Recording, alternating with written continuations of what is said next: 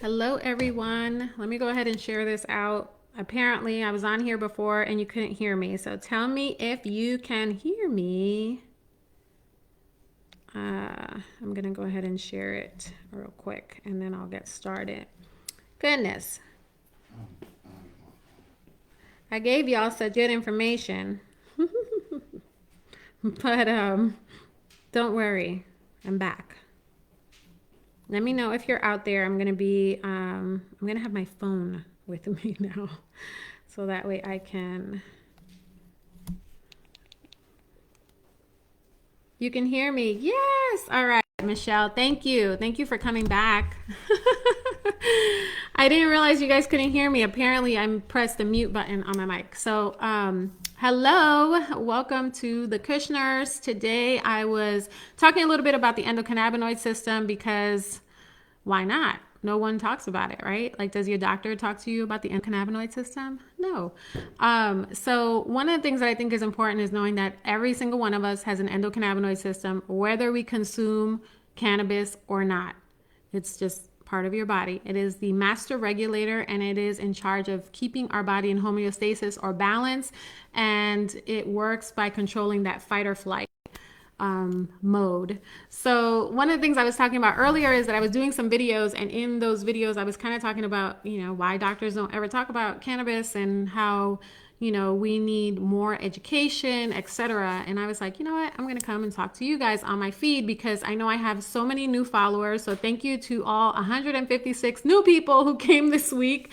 I appreciate you so much. I know many of you are from past lives and past places that the Kushners has had the privilege of, that I've had the privilege of working in and just friends, etc. So many new people. So thank you so much for coming. Thank you so much for listening in. And one of the things I really wanted to share about was why the heck we don't talk about the endocannabinoid system. So part of the reason we don't talk about the endocannabinoid system, we know, is because of the policy and politics of cannabis, legalization, and all of those things. But for over, I think it's 4,000 years or so, cannabis has been medicine.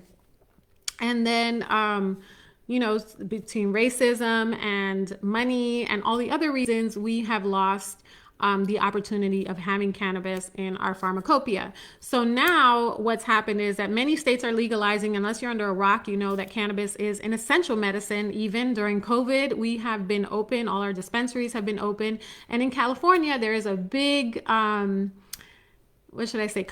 right now because cannabis workers are receiving their vaccinations before teachers. So put that in your pocket and think about that for a bit.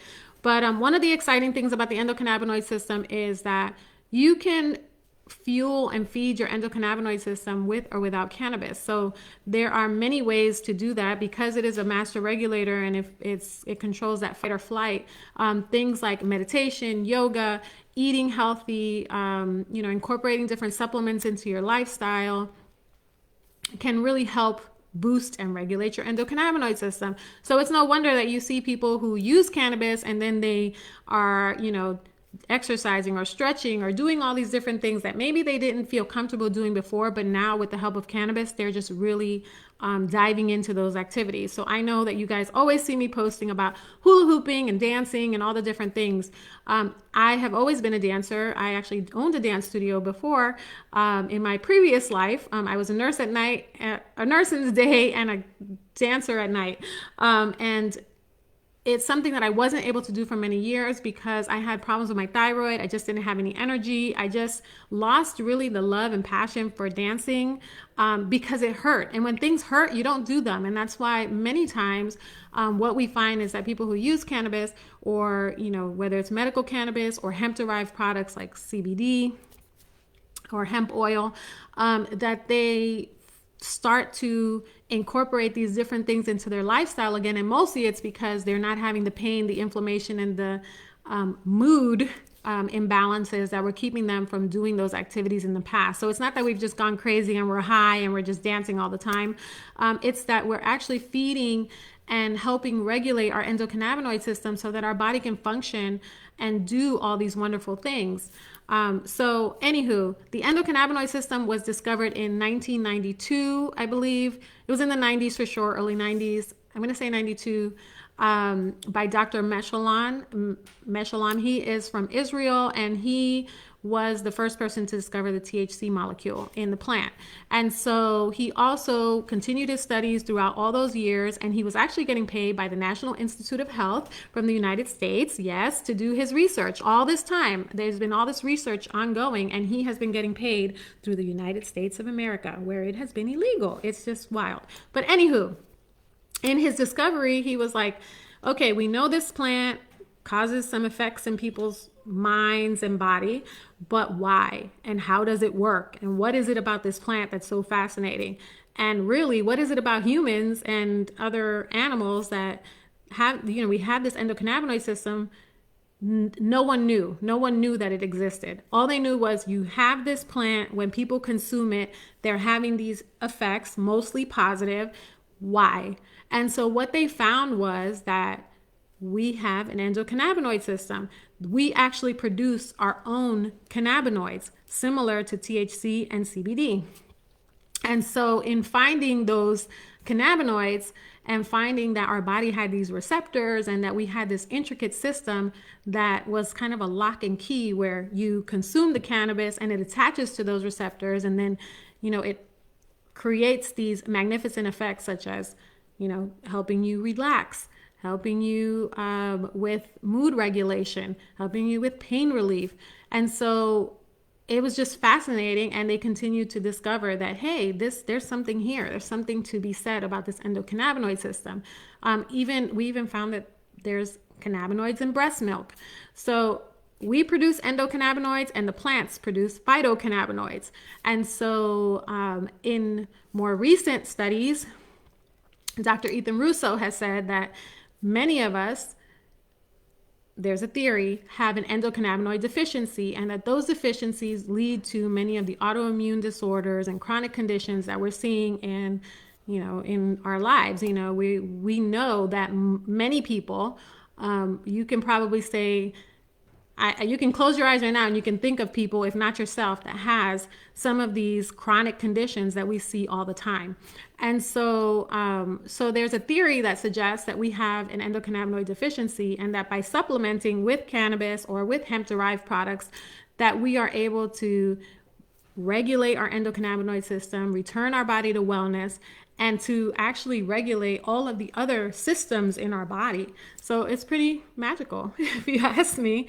And so I am definitely a person who practices what I preach. And so when I started on my cannabis journey, I did not know anything about the endocannabinoid system. I didn't know it existed. I didn't know I had one. And I felt like, what? I just felt like the plant makes me feel good, therefore I consume it. And then when I found out what the benefits were, it really, it was a game changer for me. And then knowing that we all had this system and that many people can benefit from cannabinoid therapy, that really blew my mind. So again, doctors, nurses, healthcare providers, none of us learned about cannabis in school. The only chapter about cannabis in our school was hard street drugs. And it was like heroin and cannabis were all clumped in there.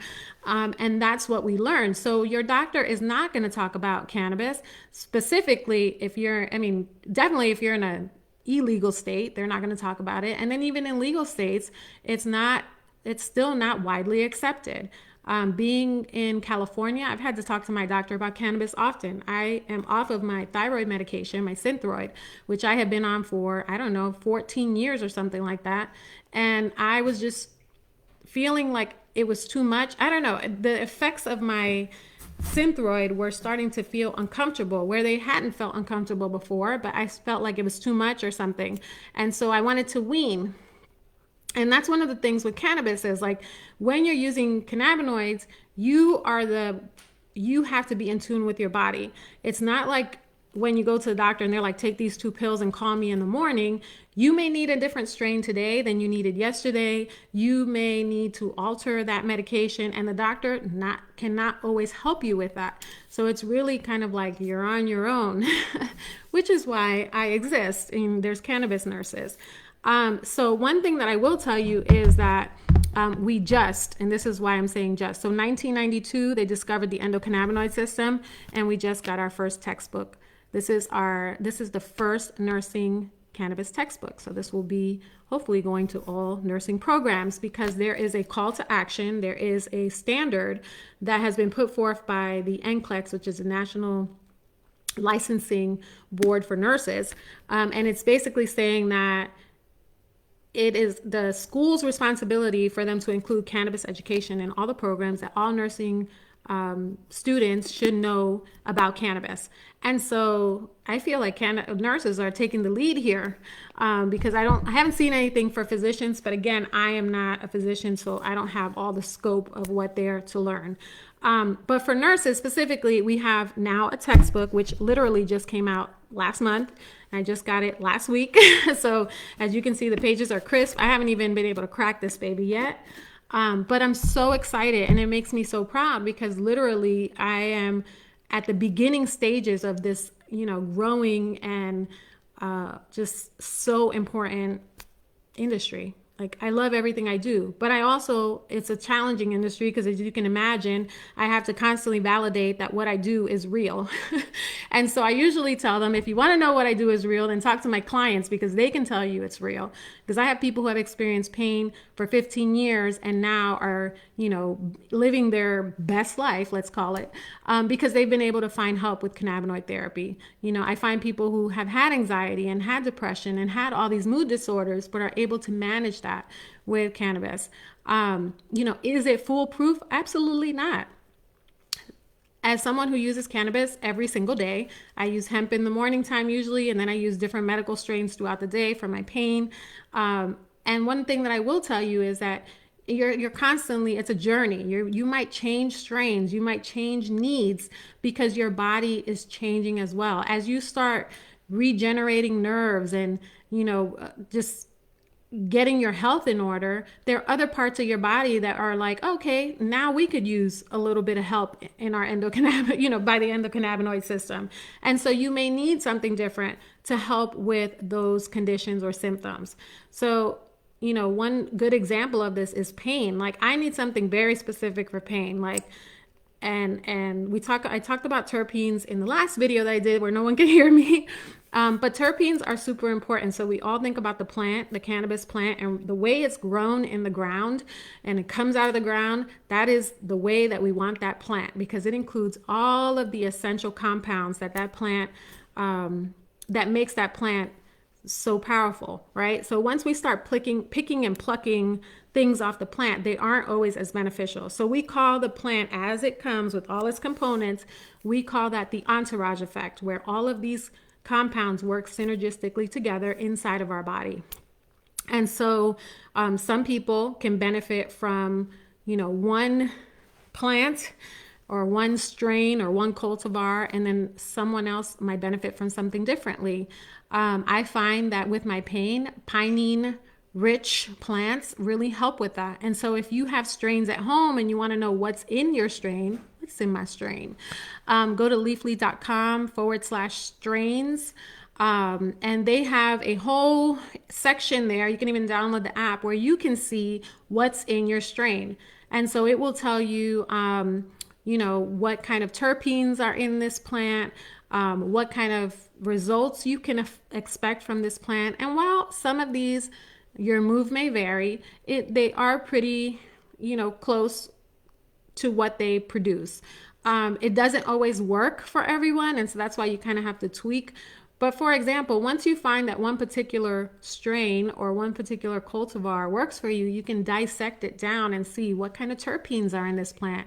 What are the effects that I'm feeling, and how does that, and what other plants can I find that have similar effects? Because sometimes you may not find that plant, that cultivar, that strain in your dispensary. Some of you may not have a dispensary, and you have to purchase in different places. So you may not know what's in your strain, but knowing what's in it and knowing that it's a clean, reliable source that's lab tested, which is super important, is ideal. And even with hemp-derived products like CBD or CBD oils, it's important to know what's in your strain. CBD should have lab testing. You should have third-party lab testing. If you're using CBD or hemp-derived products, then those you want to make sure that you're using not only the lab, that you're looking at the labs, but that you're also looking at, is this, where is it sourced from? Is it clean? Is it green? And how many hands does it go through before I get it? I carry the Nurse Grown Organics. I love their brand. It's all that I use. When I'm using hemp derived products, that is all that I would ever use because it's clean, it's green, it smells delicious, it's amazing, the results are awesome, and all my clients see very good results with it. So if it's something that you're interested in, definitely message me and I will get you all taken care of. But it's important to know where you're sourcing, where it's sourced from and what is in it.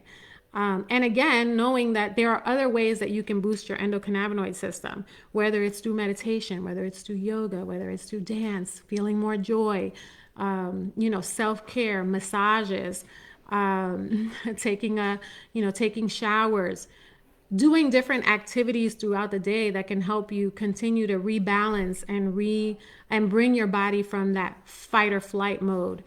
Especially if you're working in high stress environments, or you have kids at home, or you're not sleeping at night, or you're anxious, or you're stressed. You're constantly having these little micro traumas throughout the day that are keeping you from healing overall.